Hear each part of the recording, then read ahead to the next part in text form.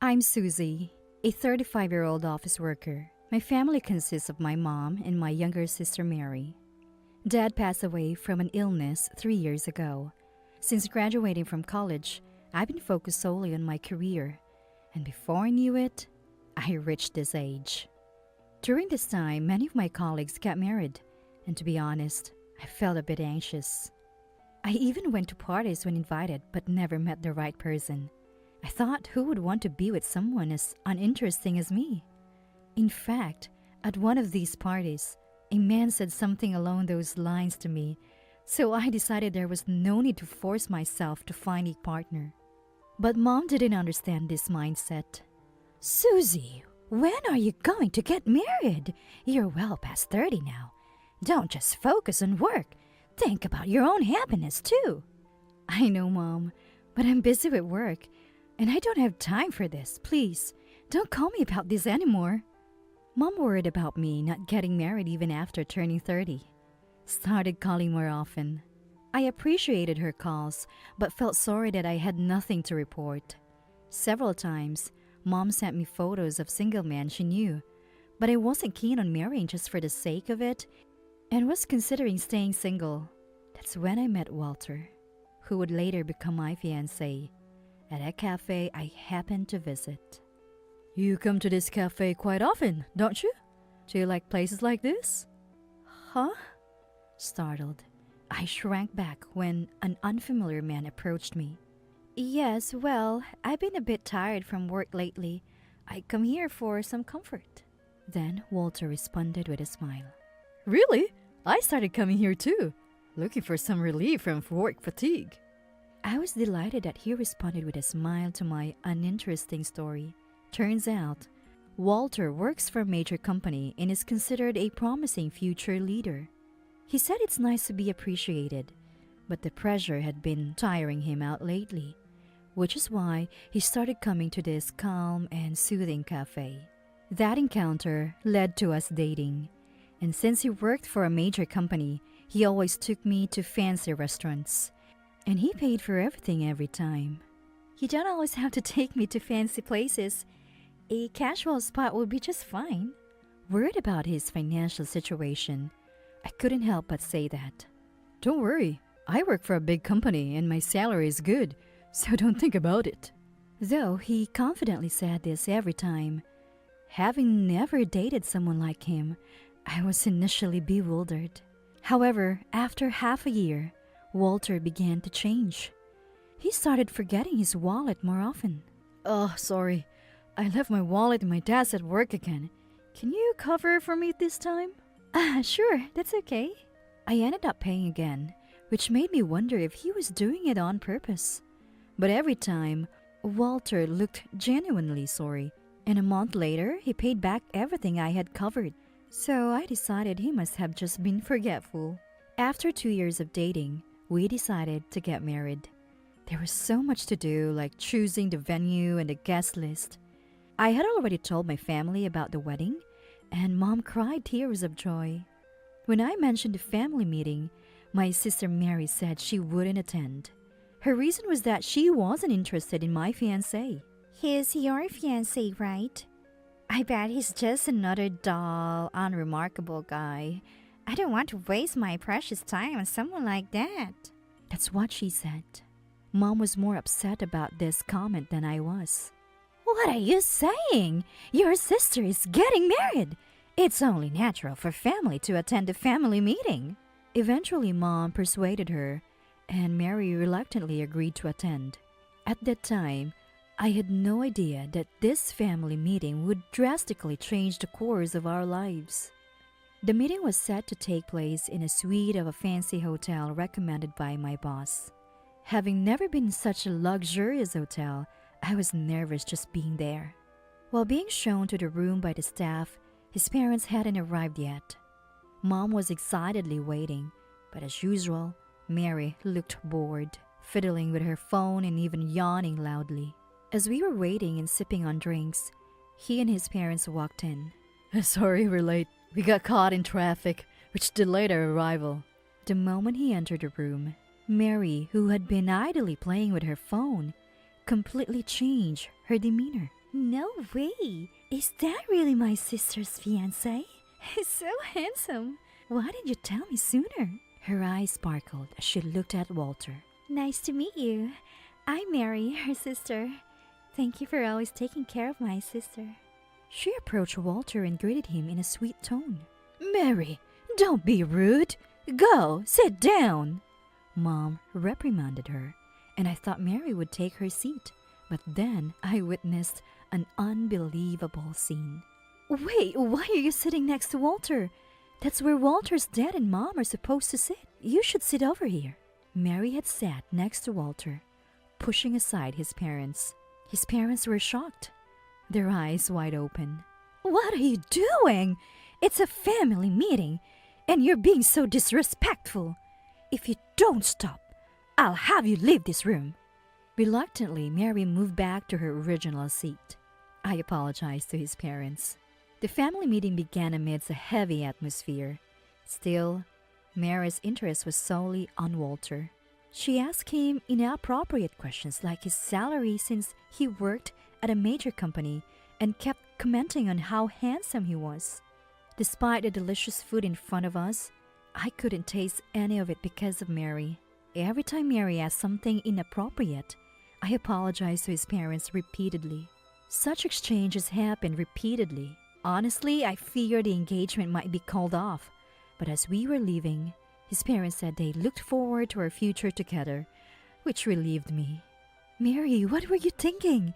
Because of you, we were terribly embarrassed at the family meeting. You're definitely not invited to the wedding.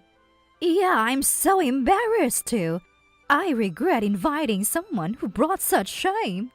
In the car ride home, Mom and I firstly criticized Mary's behavior, but Mary herself seemed unbothered.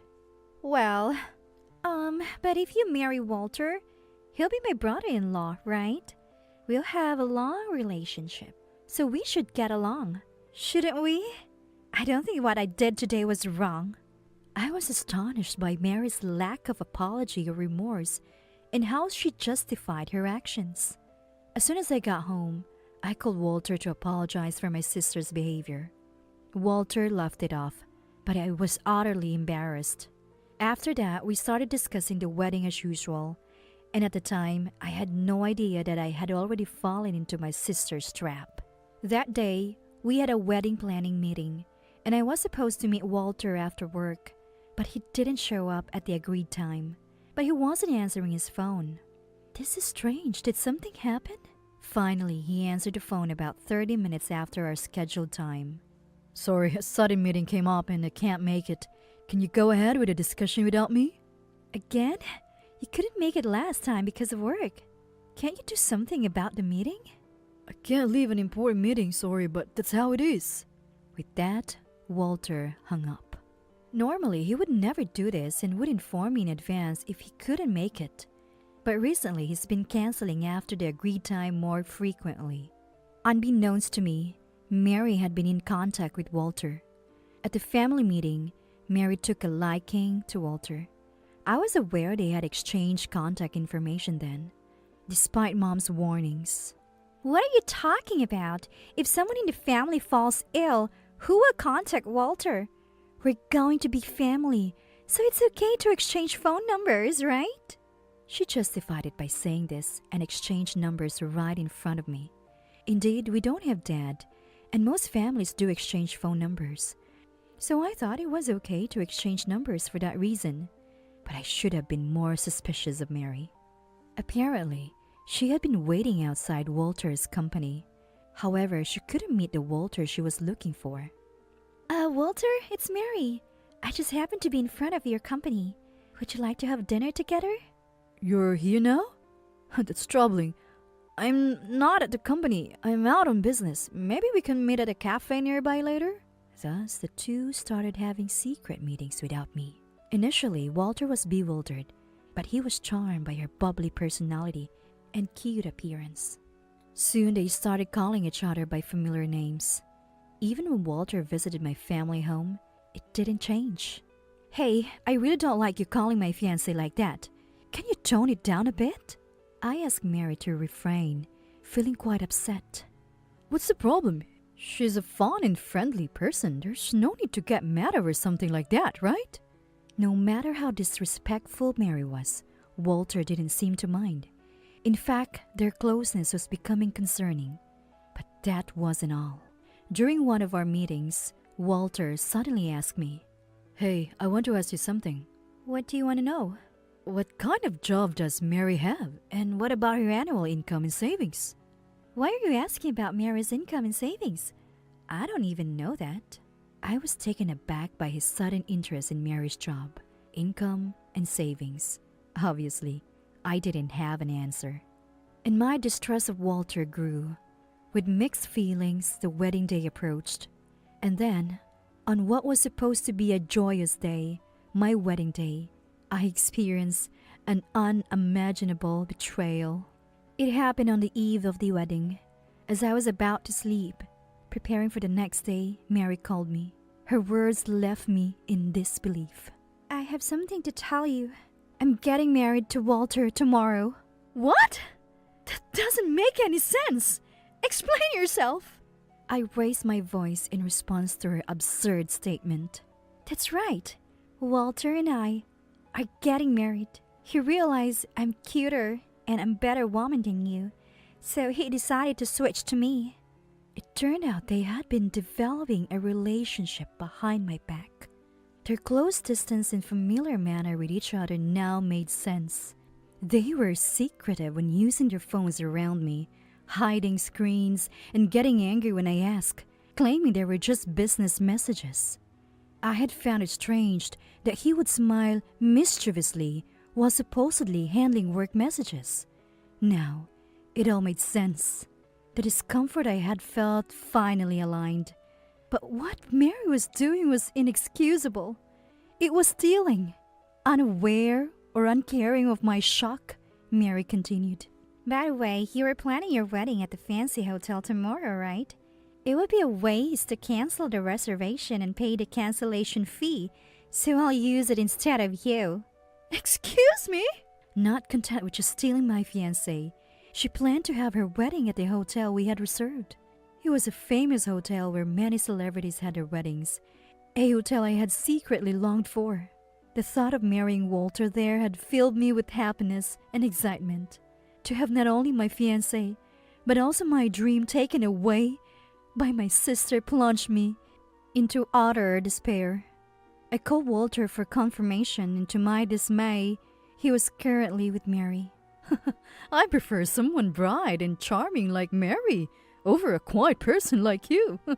Walter, laughing, said he preferred someone bright and charming like Mary over a quiet person like me. It was then I realized Walter's true nature. I never thought the man I believed was kind could be so rotten at the core. So I cut ties with both Mary and Walter. Crying, I told Mom about the broken engagement. Mom was furious and tried to call Mary, but she had already turned off her phone. "Mom, I'm sorry. I thought I could finally make you happy. I never expected this to happen." Unable to contain my emotions in front of Mom, I broke down in tears. Mom simply held me in her arms without a word, which only made me cry harder. Of course, I had to explain to relatives that the wedding was off and why. Everyone condemned Mary's actions. "My niece stealing someone else's fiancé? What kind of nerve does she have? I need to give her a piece of my mind," said my aunt, who had always doted on me. But their disapproval didn't change the fact that my sister had stolen my fiancé. I felt so ashamed as I explained the situation to friends and colleagues, often breaking down in tears. I couldn't help but imagine Mary and Walter happily preparing for their wedding at the hotel I had longed for. Mary, being who she is, must have bragged to all her friends about her wedding the next day. The thought made me feel unbearable regret. On the actual day of the wedding, I imagined them surrounded by friends, celebrating happily. But then on the day of the wedding, an unexpected punishment befell my sister. "What's going on, big sister?" Mary called during the time the ceremony was supposed to be happening. "Why are you calling me? Don't ever contact me again," I said, about to hang up. But then Mary revealed something shocking. When I got to the venue, not a single guest was there, and I can't reach Walter at all. What's happening? No guests had shown up at the venue. Isn't that your fault? You probably bragged to your friends and told them to definitely come, right? Yes, I did brag to them all yesterday, saying they must come, but not a single person showed up. Bragging like that? Maybe that's why no one came. And who invites guests the day before the wedding? Normally you send invitations and get confirmations. And more importantly, Walter. I thought he worked for a major company, but it turns out he's a fraudster. Excuse me? I was shocked when I heard this. Walter had always claimed to be an employee of a major company with a promising future. And now, a fraudster? He had taken the money Mary gave for the wedding expenses and disappeared. I learned that he had done the same to several other women. He had been borrowing money from many women under various false pretenses, like needing funds for a new business or his mother's care.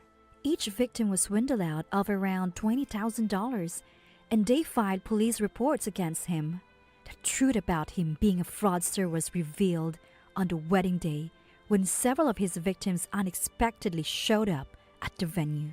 They demanded compensation for their mental anguish and repayment of their lost money. That's when Mary found out Walter was a fraudster. I remember him asking me for money too. He said he might be going overseas for work and needed money for furniture, but I didn't lend him any because I didn't have much savings at the time. When he approached me, he talked about going independent and moving abroad. He asked for $20,000 for initial expenses. So the other victims were told similar stories and lent him money. He always used sweet words, promising a life free of financial worries after marriage to gain their trust and borrow money. The money he had been using on me was probably extracted from these women. He must have been sweet-talking women like that, getting them to support him financially. Hearing this, I was relieved that I didn't lend him any money when he asked. The police came to the wedding venue and he was arrested for fraud. What about my wedding? Mary complained, upset that her wedding was ruined. What can I say? You stole the man I was going to marry, and it turns out he was a fraudster. I'm actually relieved I didn't marry him. Thanks for taking him off my hands. Just yesterday, I was devastated by Mary stealing my fiancé. But today, I feel grateful she did. Mom, who had been listening, was initially shocked but now seemed amused. Mom, in a voice that was just audible enough for Mary to hear. That's what you get for stealing someone's fiancé. That's what she said. Wait, what about the payment for the wedding venue? I was deceived, so I shouldn't have to pay, right? Mary asked. Excuse me? The wedding expenses are your responsibility, regardless of being deceived. I'm no longer involved. I had already informed the planner that Walter and Mary would be having the wedding, so the payment inevitably falls on them. You get a bill from the venue later. Even if you cancel on the day, you'll have to pay the full amount, so take care of it. The cost of the wedding was about $50,000, a significant amount. I knew Mary couldn't pay it, but Mom firmly said she wouldn't help her this time, especially considering the trouble Mary had caused. Since Walter was in custody, he obviously couldn't pay, so the bill would go to Mary. Wait, I'm not good at saving money. I can't pay $50,000. Can you cover it for me, big sister? What are you talking about? Neither Mom nor I will help you. Just accept it and pay the $50,000. It's impossible. I can't do it. Please, help me. I promise I won't do anything like this again. Despite Mary's repeated pleas and cries over the phone, I felt no sympathy. Mary then went to see Walter in jail to ask him to pay for the wedding. But being incarcerated for fraud, he couldn't pay. So Mary ended up having to pay the full $50,000. Without any money left, she came to our house. Mom, help me.